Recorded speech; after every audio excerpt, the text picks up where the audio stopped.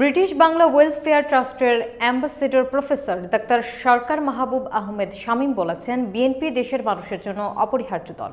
জনগণের ম্যান্ডেট নিয়ে বিএনপি ক্ষমতায় যাবে বলে আমরা বিশ্বাস করি। মনিরুল ইসলাম মনিরের প্রতিবেদনে থাকছে বিস্তারিত। বিএনপি পেছনের দরজা দিয়ে ক্ষমতায় আসার দল নয়, তাই শোডাউন করে জনগণের ভোগান্তি সৃষ্টি করা যাবে না। কারো কারণে দলের সুনাম নষ্ট হলে এক বিন্দুর ছাড় দেওয়া হবে না। কেউ সংগঠন বিরোধী কাজে জড়াবেন না, আর্ত মানবতার সেবায় অঙ্গীকারবদ্ধ।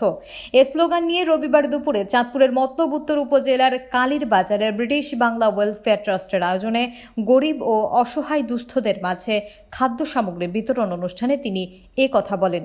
অনুষ্ঠানে বক্তব্য রাখেন ব্রিটিশ বাংলা ওয়েলফেয়ার ট্রাস্ট এর ট্রাস্টি আসাদুজ্জামান আহমেদ, বাংলাদেশ জাতীয়তাবাদী কৃষক দলের সদস্য অ্যাডভোকেট মফিজুল ইসলাম সরকার, ছ্যাঙ্গারচর পৌর বিএনপির সদস্য কবির আহমেদ সরকার, বিএনপি নেতা জাকির হোসেন, ছাত্র নেতা হাবিবুর রহমান সহ নেতৃবৃন্দ।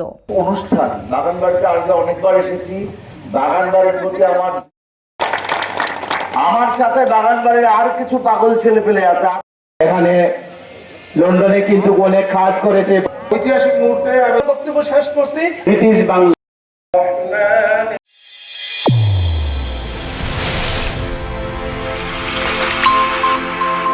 চ্যানেল A1 হৃদয়ের